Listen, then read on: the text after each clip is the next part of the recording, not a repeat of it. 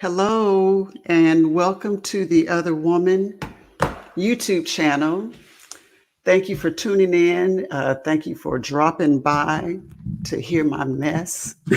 What I have to say, actually, I share my encounter with the other woman after leaving a 20-year marriage. I know a lot of women have been divorced. This is not an isolated incident, but I'm sharing my journey of leaving my marriage when I came to the decision to leave, finding the courage to leave and take care of me. This is my story.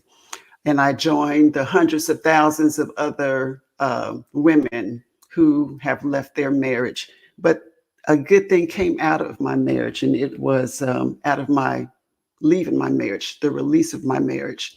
And it was the Other Woman magazine. The Other Woman, when I found her after many years of her nudging and stirring in my spirit of me ignoring her, I finally wanted to embrace who she was and accept her and free her and love her. And this magazine is many other women and men who share their truth, who share their encounter with the other woman, who share their life experiences. It's reality. When I made the decision to leave my marriage, I remember calling a chaplain that I used to work for, a captain.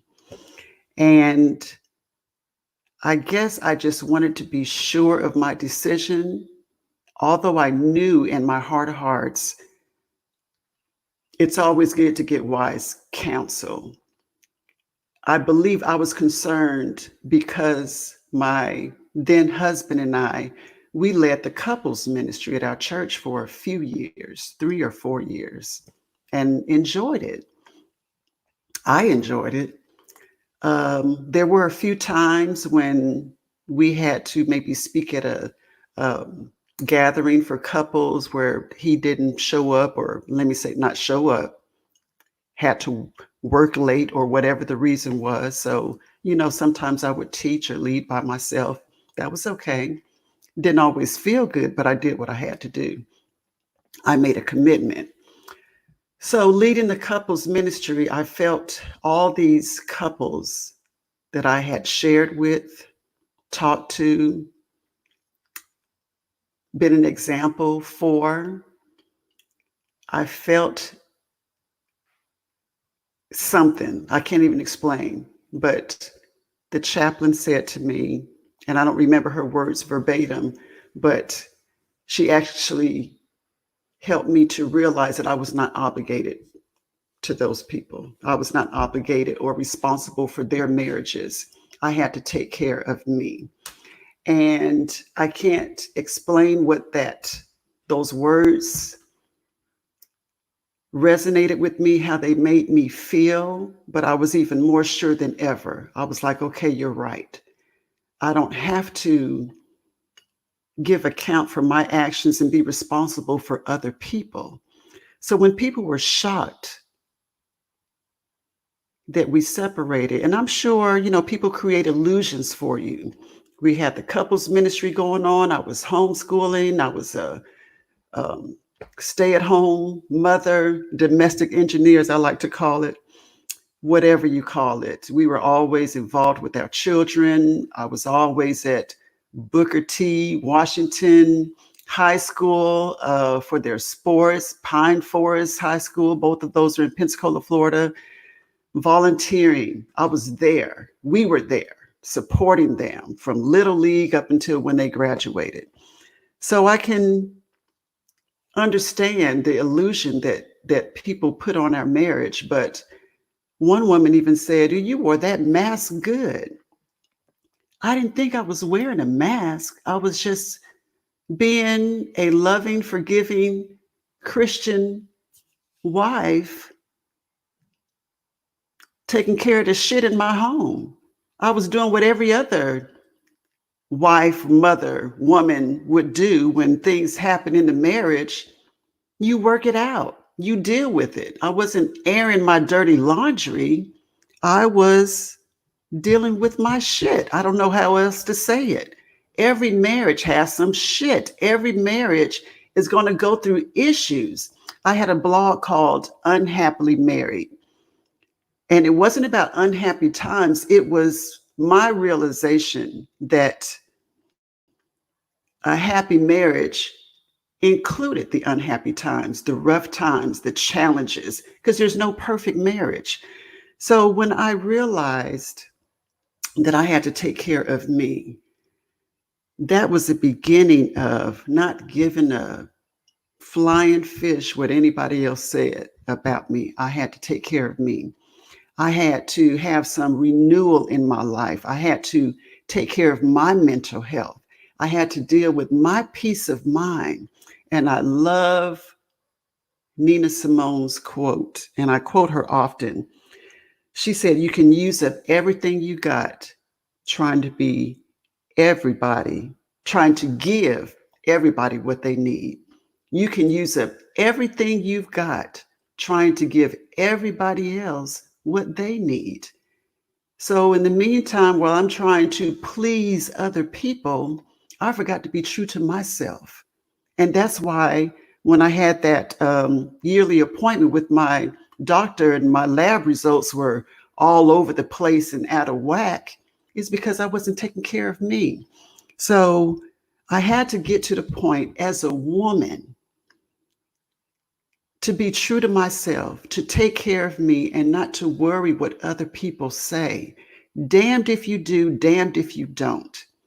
And there were several women in the church who came up to me afterwards, almost like I gave them the approval or that it was okay to leave. Hey, I didn't mind being the first to go. There are a lot of unhappy women in marriages, but you make that choice whether you stay. I got a friend that says you got to know when to hold and when to fold. You have to do it for you because your life is passing by. So you got to make sure that you're true to yourself and whatever decisions you have to make, whatever choices you make in your life, that's where the other woman comes in. She has a voice and she is free to use her voice and make her choices unapologetically with no regrets because you're going to wake up one day, you're going to look in the mirror and you're going to see all of this gray hair. You're going to see wrinkles in your face. Your hands aren't going to look as young. Your body isn't going to move like it used to. And you're going to say, what happened to the time? I didn't do this. I didn't do that. I should have did this. When I hit that point where I didn't care what other people thought and I realized that my life was passing by and I wanted to do some things and I wanted to live freely, that's when I began to live. So that's why I stress, live the one life that you have. People are going to create illusions for you. They're going to tell you what you should do. You should do this, you should do that. And I love saying what another friend of mine said, don't let people should on you. You know, they're messed up from the floor up themselves and they're going to tell you how to live your life. So take care of you. Even now, as a writer and an introvert, I have to take some time for me. And a lot of people don't understand me as an introvert. I give and talk to people all through the week with my business, Candy Publishing. The weekends are mine. If I choose to spend my weekends with somebody, I do. 99.9% of the time, I want to be with me. I have to renew my mind.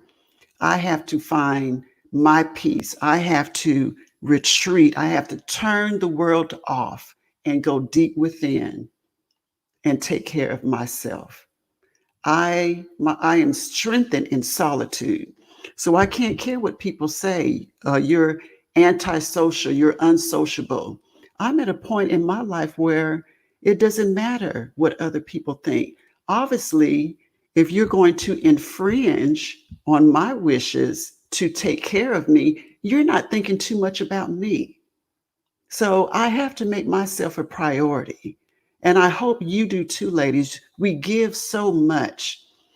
with this being the Mother's Day weekend, and I don't even know if I wished you all a happy Mother's Day. This is Mother's Day weekend. It's very difficult for a lot of women, very difficult. And I hope you can find some peace to get through the weekend. If you're grieving, some peace within yourself. I don't know how you feel. I've never experienced that. My mother is still living, but I try to celebrate myself. And I hope you can find the courage to celebrate yourself, not just as a mother, but as a woman. I celebrate life every day. I don't feel like I wasted a lot of time in my 20 years. It brought me to where I am.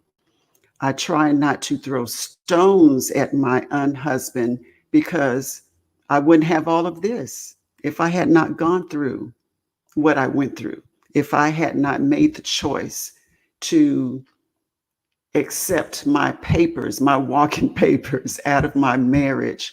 I would have missed a part of my life. And I cringe when I think about missing my new house, my new location, and my books, my business.